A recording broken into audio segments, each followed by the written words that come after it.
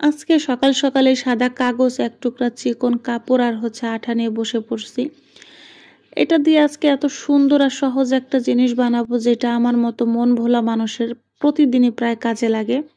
মন ভোলার কথা এজন্যই বললাম যে অনেক সময় হেয়ার ব্যান্ড, হেয়ার ক্লিপ আমরা কোথায় কি রাখি প্রয়োজনের সময় পাই না, তবে প্রয়োজন শেষে ঠিকই পাই।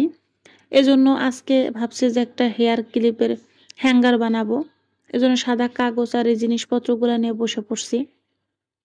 তো এই জিনিসটা বানানোর জন্য প্রথমে আমাদের কি করতে হবে, দুইটা স্টিকের মতো বানাইতে হবে। এটা কাগজ দিয়ে বানাই নিছি আমি, চাইলে অন্য কোনো কিছু দিয়েও বানানো যায়, জাস্ট স্টিক মতো হইলেই হবে।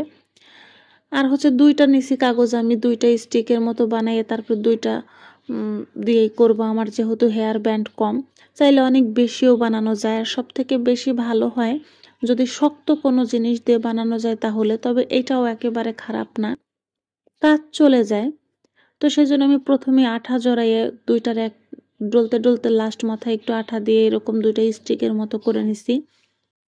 প্রথমটা থেকে দ্বিতীয়টা আমার বেশি সুন্দর হয়েছে।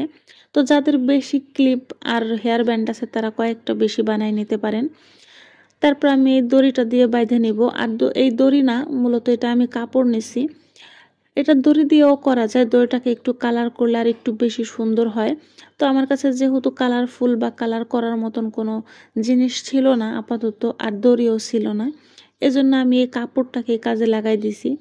কেনাকানির কোনো সিন নাই, যা আছে তাই দিয়ে কাজ চালাইতে হবে, টাকা খরচ করাই যাবে না।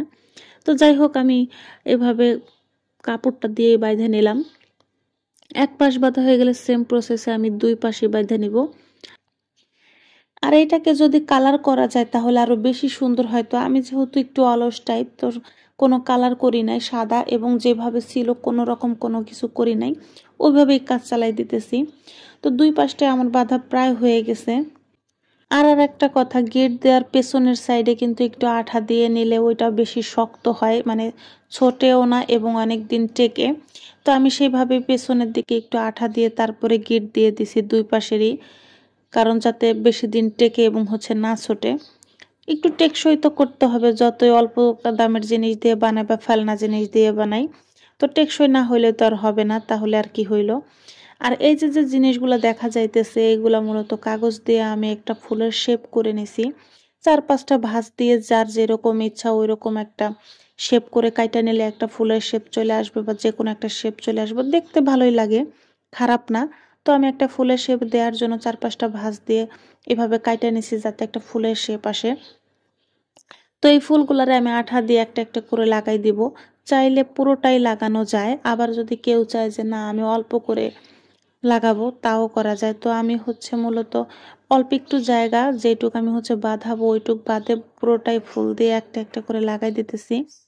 ফুলগুলা কালার করলে আরো বেশি সুন্দর হইতো, বা ওই স্টিকটাও যদি কালার করতাম আরো বেশি ভালো হইতো। তো আমি যেহেতু অলস টাইপের মানুষ, তো অত খাটনি বা অত কাজ আমার ভালো লাগে না করতে, সহজে বা সংক্ষেপে যে কাজগুলা হয় ওইগুলাই করতে ভালো লাগে। মাঝে মাঝে কঠিন কিছু করতে পারি বা করি, তো এটা সময় এবং পরিস্থিতির উপর ডিপেন্ড করে। মেন কথা আমি একটু অলস টাইপের, সহজ জিনিসগুলোই বেশি পছন্দ করি।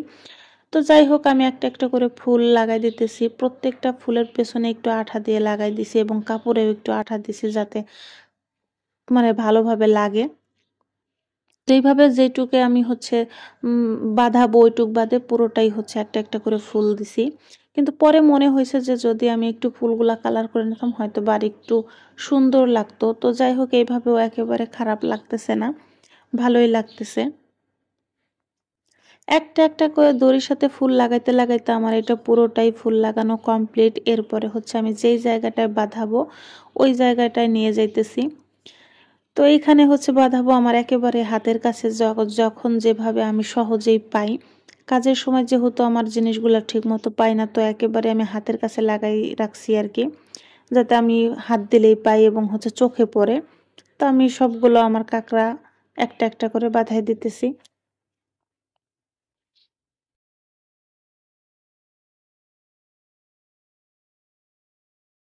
আর এইটাই ছিল আমার হেয়ার ব্যান্ড হ্যাঙ্গারের ফাইনাল লুক।